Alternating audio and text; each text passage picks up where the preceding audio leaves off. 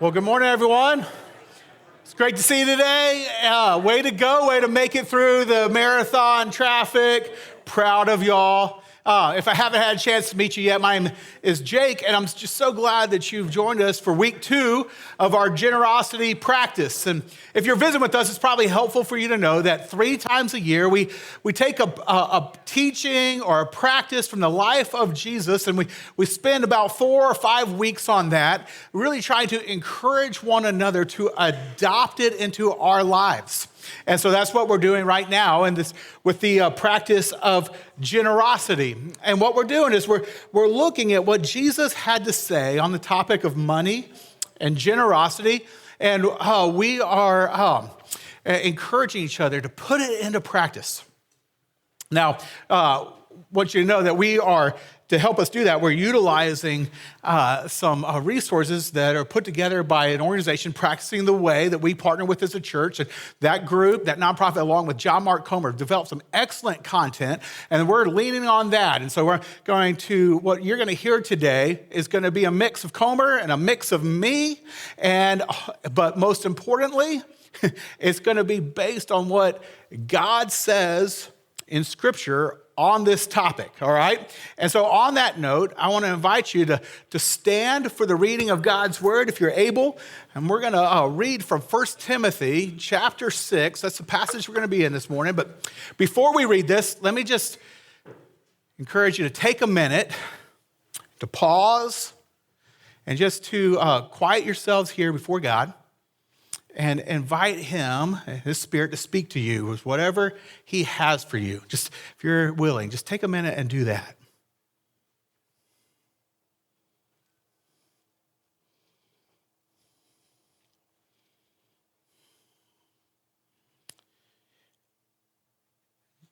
Generous God, come, move, speak, heal, and free us. 1 Timothy chapter 6, picking up in verse 6. But godliness with contentment is great gain. For we brought nothing into the world, and we can take nothing out of it. But if we have food and clothing, we will be content with that. Those who want to get rich fall into temptation and a trap, and into many foolish and harmful desires that plunge people into ruin and destruction. For the love of money is a root of all kinds of evil. Some people, eager for money, have wandered from the faith and pierced themselves with many griefs. But you, man of God, flee from all this. Verse 17. Command those who are rich in this present world not to be arrogant, nor to put their hope in wealth, which is so uncertain, but to put their hope in God, who richly provides us with everything for our enjoyment. Command them to do good, to be rich in good deeds, and to be generous and willing to share. In this way, they will lay up treasure for themselves as a firm foundation for the coming age, so that they may take hold of the life that is truly life. This is the word of the Lord. You can take a seat. Well, the other day, I was hanging out with 3 of my best high school friends, and we were just reminiscing, hanging out, enjoying some time around a fire pit. And my friend, he had one of those really awesome smokeless fire pits. Have you ever seen one of those? Yeah, I mean, it was so cool. It's the first time I'd ever been around one. And so we just spent a lot of time just talking about this thing. We were amazed by it. Like, how does it work? And then we just peppered him with all kinds of questions and all that stuff. Well, the next day, I get up in the morning and I do one of my normal routines, which is to check the basketball scores on ESPN from the night before. And when I did that, lo and behold, what popped up in the banner ad on the webpage of ESPN? An ad for a smokeless fire pit, right? And it doesn't even surprise y'all. It weirds me out. So I took a screenshot of that. I sent it to my friends and said, "You'll never guess what popped up on ESPN this morning." And one of my friends responds and says, "Yeah, I was scrolling through Instagram this morning, and I also saw an ad for a smokeless fire pit." Like that's the world that we live in now. Isn't that wild? Experts say that we see on average 3,000 to 5,000 advertisements a day. And they're all designed to appeal not to our rational brain, because consumerism, friends, is not rational.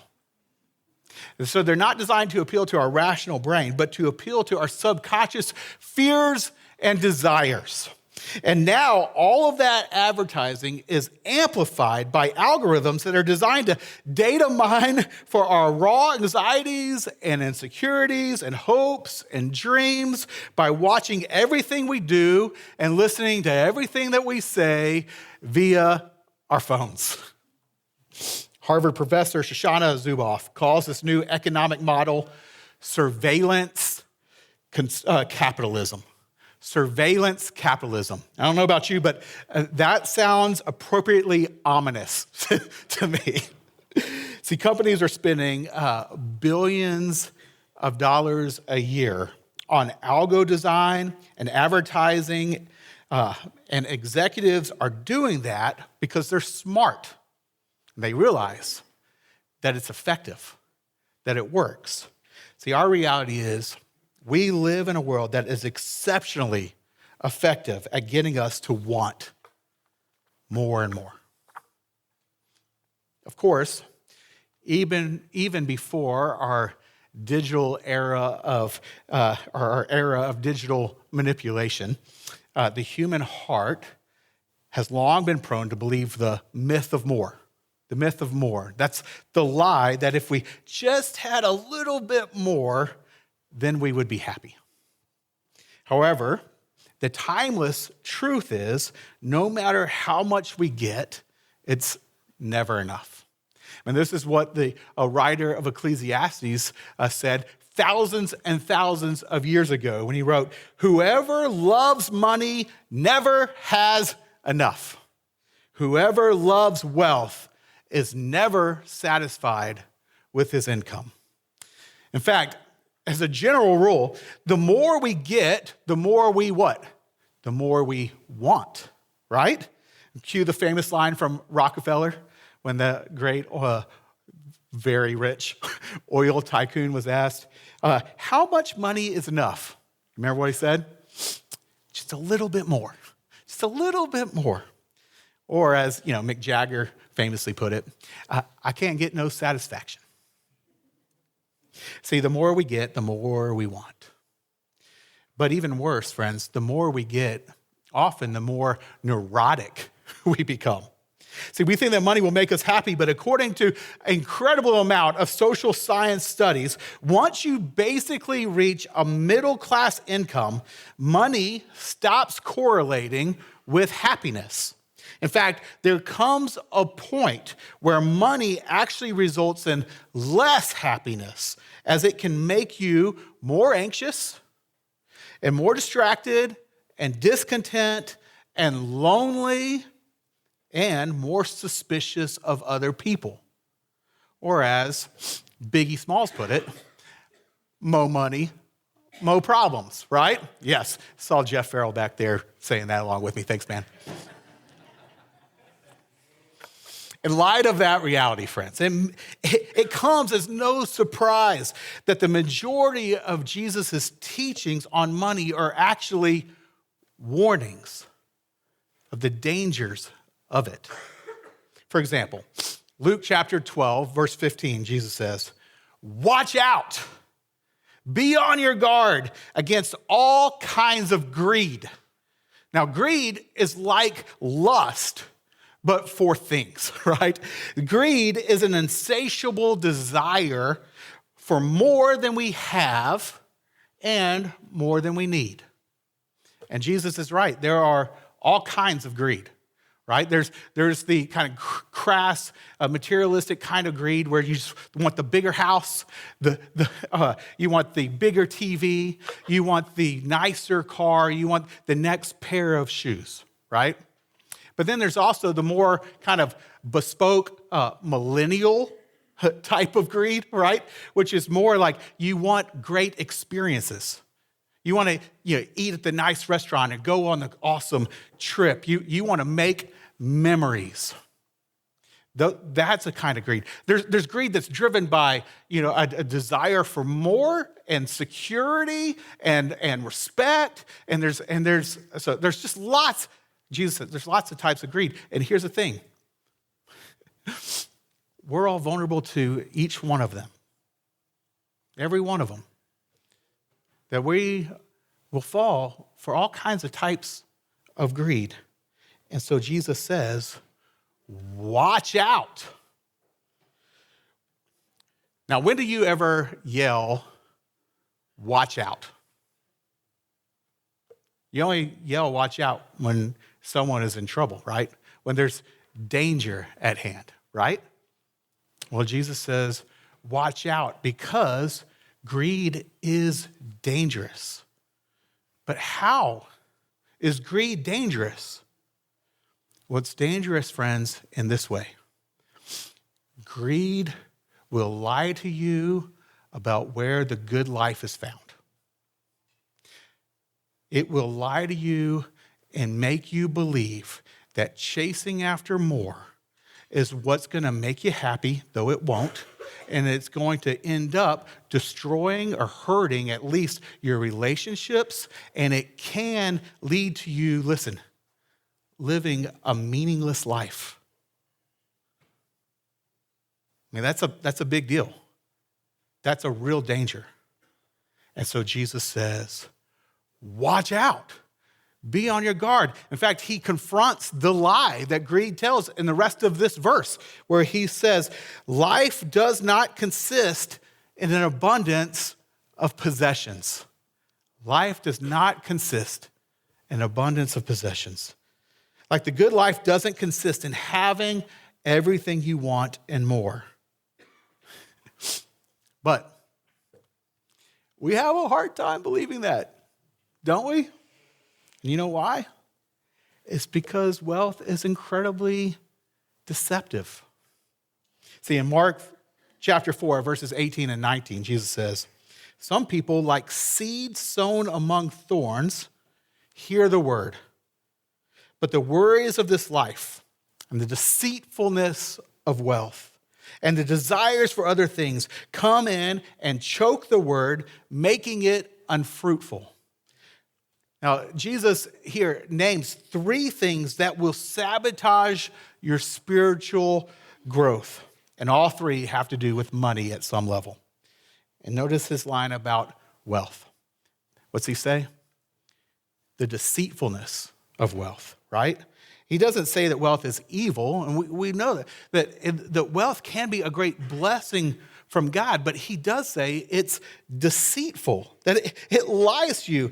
And here's why. Because it promises what it simply cannot do. See, it promises you satisfying happiness. It promises you identity.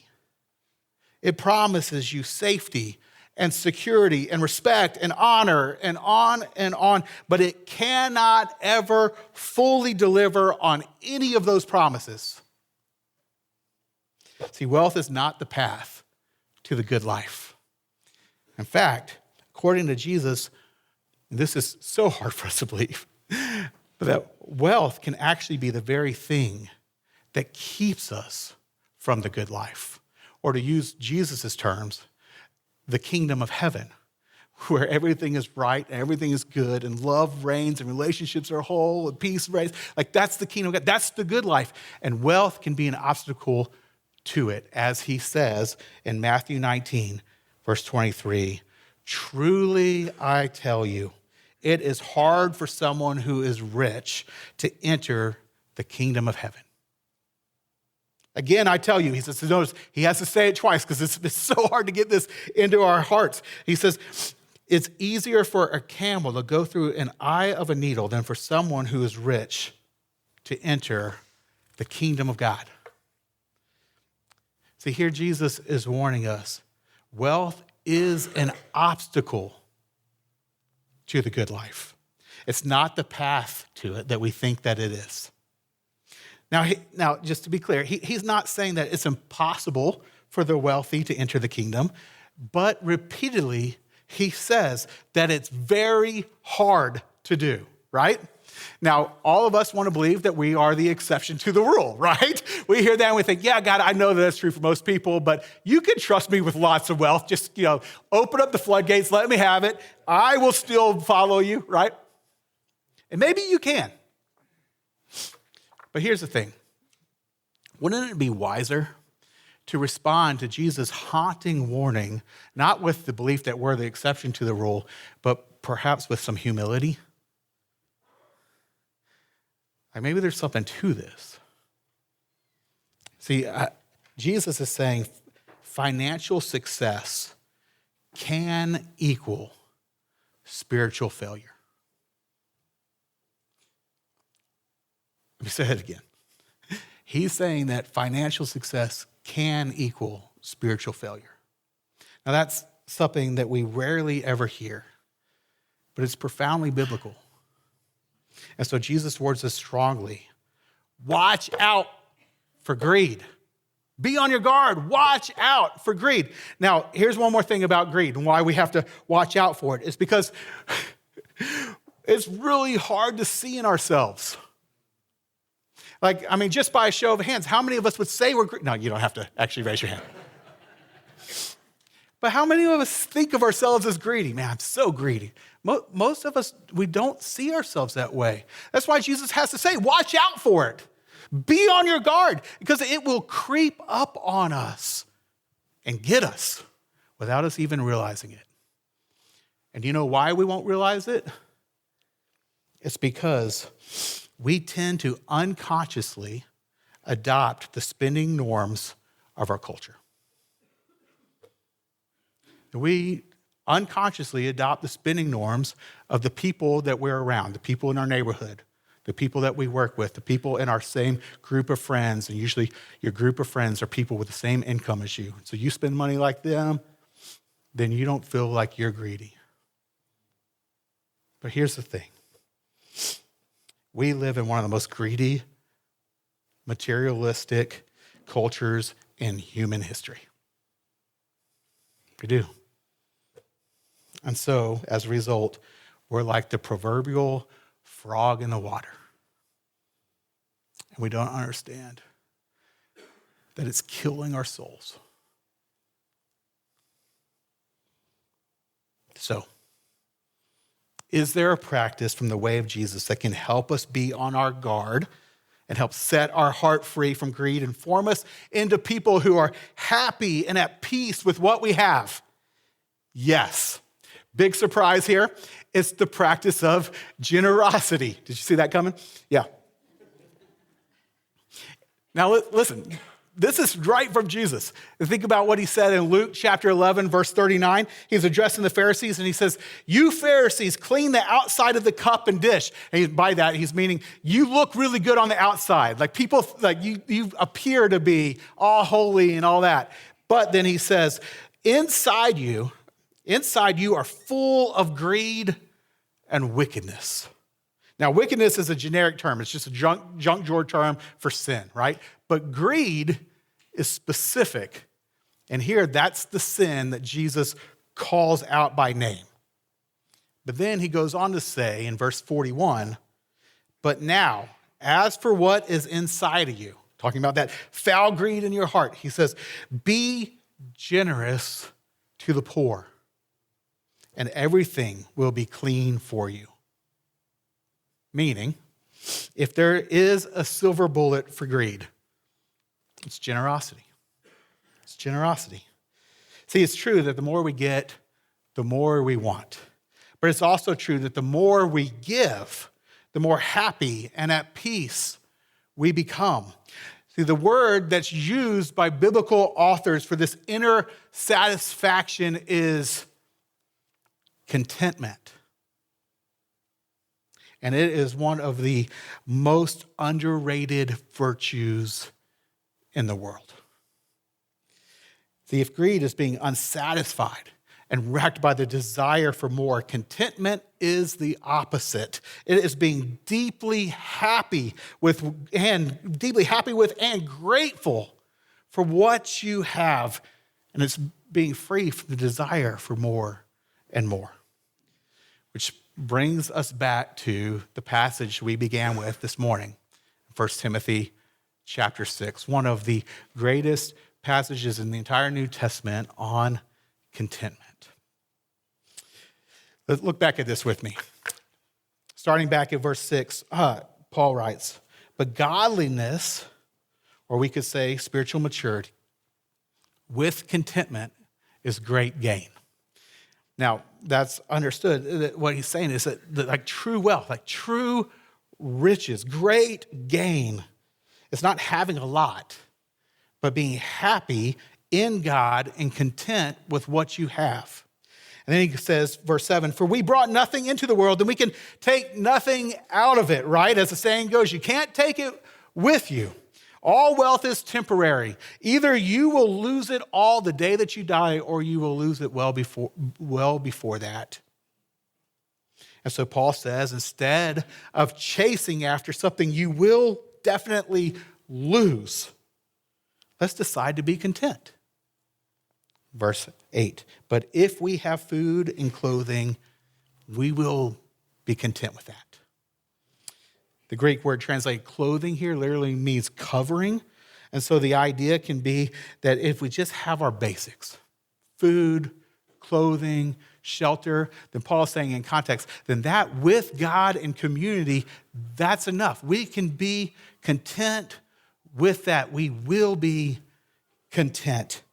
But then he continues, verse 9, "Those who want to get rich," or that can be translated, "those who long to be rich, fall into temptation and a trap and into many foolish and harmful desires that plunge people into ruin and destruction.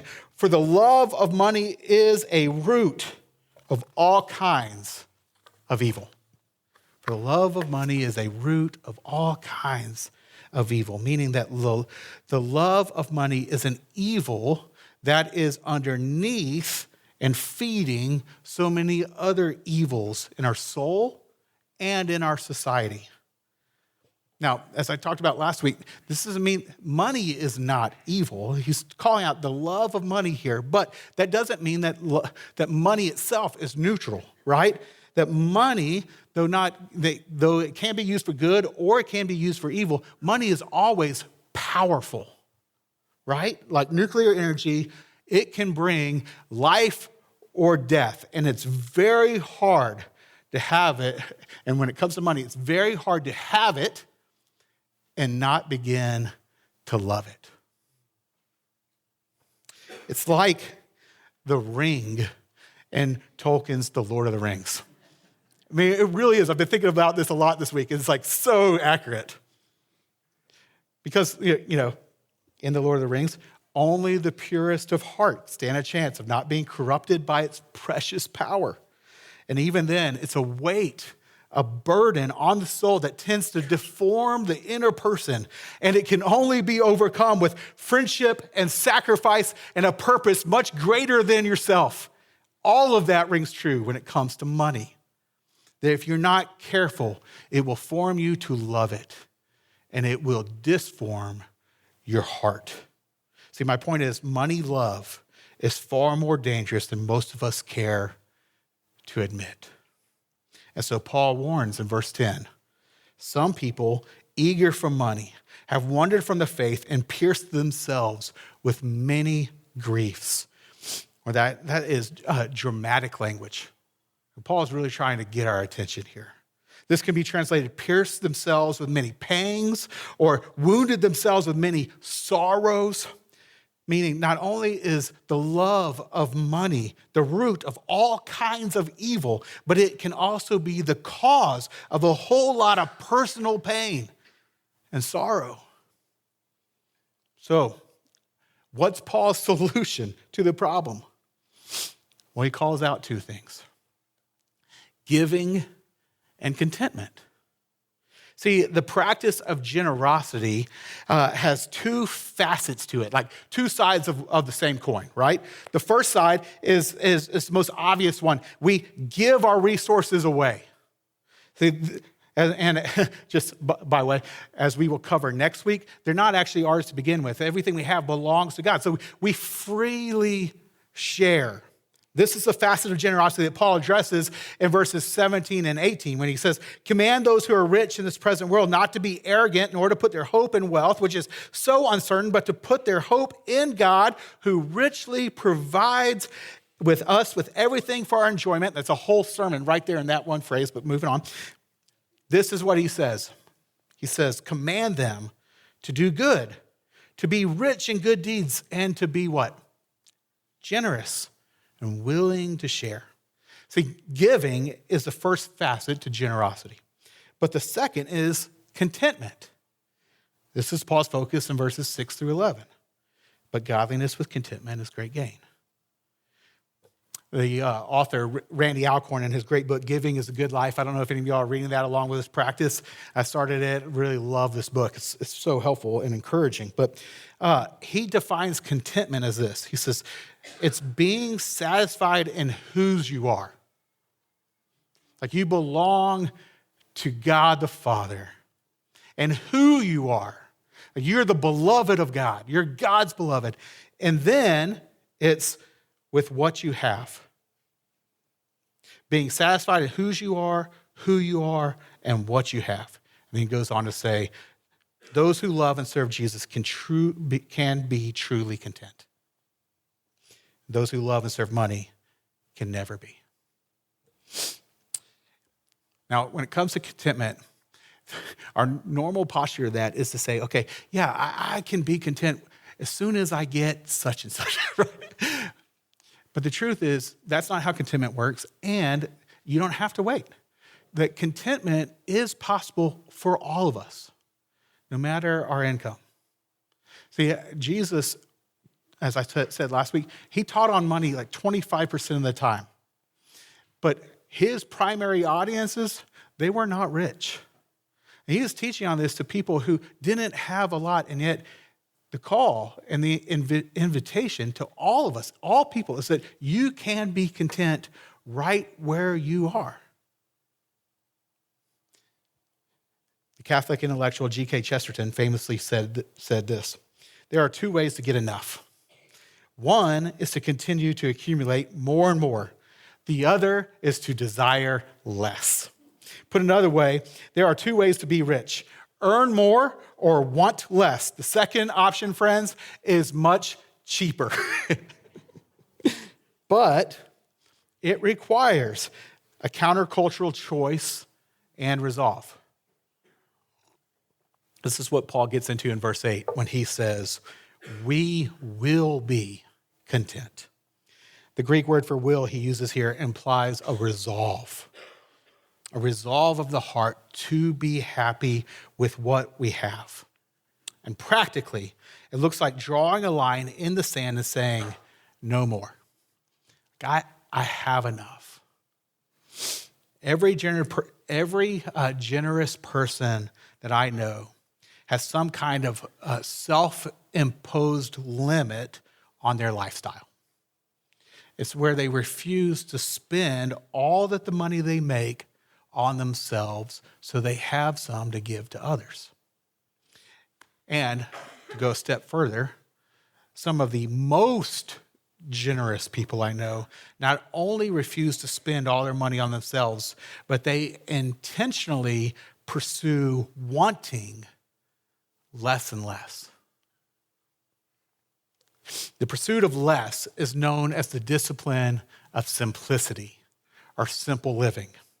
And it is a long-standing practice within the Christian faith, but it's not real common in America today. So let me just kind of give us a definition for it real quick. John Mark Comer defines simplicity this way. He says, simplicity is the practice of limiting the number of our possessions, expenses, activities, and social obligations to a level where we are free to live joyfully and generously in the kingdom with Jesus. See, at the heart of simplicity is where you flip the question from what else can I get to what can I live without?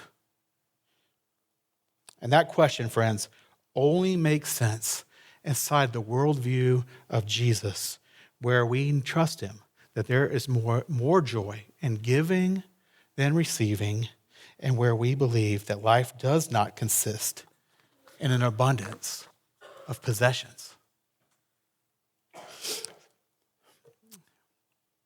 At some point in this practice, we're going to need to get into the question, how much should we give? But before we get there, the reality is many of us have so little margin in our lives that we don't feel like we have much to give at all. See, to live a generous life, you need margin in your finances. You need a budget with room in it to spare. And you need margin in your schedule with room for interruptions and the ability to respond to people in need. But most of us live way over our capacity, not under it. And this is especially true in the area of finances. So I got this graph here. If you were to imagine a line for your income, that's the dotted line. Most of us live above that line, either at that line or above that line. Now, above that line is anxiety and misery. It's never feeling like you never have enough, right? But below that line is contentment and generosity. And friends, simplicity is a practice that helps you intentionally pursue living below the line. But that's the exact opposite of the way that most people live. And it's hard to do. And here's why it's hard to do. It's because it means that we have to learn to regularly discipline ourselves to not buy things we can't afford. We have to regularly discipline ourselves to not buy things we can afford. Like it's the choice to say, we're not going to eat out tonight, even though we could afford to do so. It's the choice to say, we're not going to go on that beautiful, awesome trip, even though we could afford to do so. I'm not going to buy that next pair of Jordans that just dropped, even though I could afford to do so. That's hard. Sometimes it feels painful to go without something that you want, that you could afford, but you choose not to buy it. Now, listen, what this looks like is it's going to look different for every one of us. And this is where it gets kind of tricky to talk about this because we're all in different places. From college students to young professionals to married 2 incomes, right? Enjoy that. To young families, right? And then empty nesters. I mean, we're all across the spectrum. One of the things I love about our church is there's incredible diversity here when it comes to our social economic status. This is one of the rare places in the world where you have a mixture of people who are living well under the poverty line and well above it, and we're in community together. It's a beautiful thing. But it makes talking about this a little tricky. And so I will ask that you have grace with me, and I'm trying to move this from the abstract to the personal to give you an idea of what this can look like. See, for me and for Krista, one of the things that this means, and in this case, it's a little bit more for me, but it means that I drive a car that is 12 years old, that has well over 200,000 miles on it, instead of driving a truck. Though I really want a truck. Like, I really want a truck. I used to have a truck. For years and years, I had a truck. And now I don't have a truck anymore, and I hate it. Like, I really hate it. I really do. And, like, I'll see trucks on the road, and I'll just find myself staring longingly at them.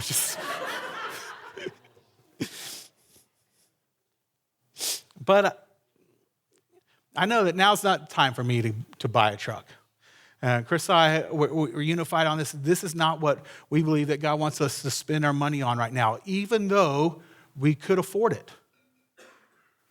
But instead, we believe that what God wants us to do is we give 12% away of everything that we take in, and we do that because we want to live like Jesus. And what that means for us is that we don't buy things that we could technically afford and it means I don't drive a truck right now. And maybe one day I will. And when I see a truck, I feel that pain for a little bit. But then I remember what Jesus says, and I'm called a chance to call myself again, to trust him, that it really is true, that life does not consist in abundance of possessions, even if the possession is a truck. And instead, I will choose to be generous. My point in saying this, friends, is that it takes conviction to be content, to live a simple life. But it's worth it because it's how we watch out for greed. It's how we watch out. And it's how we live out what Paul says at the end of 1 Timothy 6, verse 19, when he says, it's how we lay up treasure for ourselves in the coming age so that we may take hold of life that is truly life. See, here's the truth. We don't have to live like the people around us. Even if you can afford to do so. So you don't have to live like your neighbors. You don't have to keep up with the Joneses to live joyfully and to live joyfully and freely in the kingdom of God. You don't have to chase more and more and never feel satisfied. You don't have to live believing the myth of more. You can experience peace and joy and contentment right now with what you have. But listen, honestly, it will cost you. Literally. And you'll have to live with a little bit of pain as you go without something that you can afford. But that pain, it won't last forever. And it will eventually be followed by freedom and joy and less anxiety. Because as we saw last week, there is more joy in giving than receiving. So, as we look at the week ahead, I want to invite you to take Jesus' teachings and to put them into practice. See, as I said last week, hearing this teaching, it ultimately is going to do very little to change your heart and make you more like Jesus and make you more generous. And we need the Spirit of God to do that, and we need the Spirit of God to help us put this into practice. Like, we got to do something with our bodies. We got to be generous. You got to live generously. You got to put it into practice. And so that's the invitation for all of us here. Specifically, this week, the exercise that we want to put in front of you and invite you to take is this.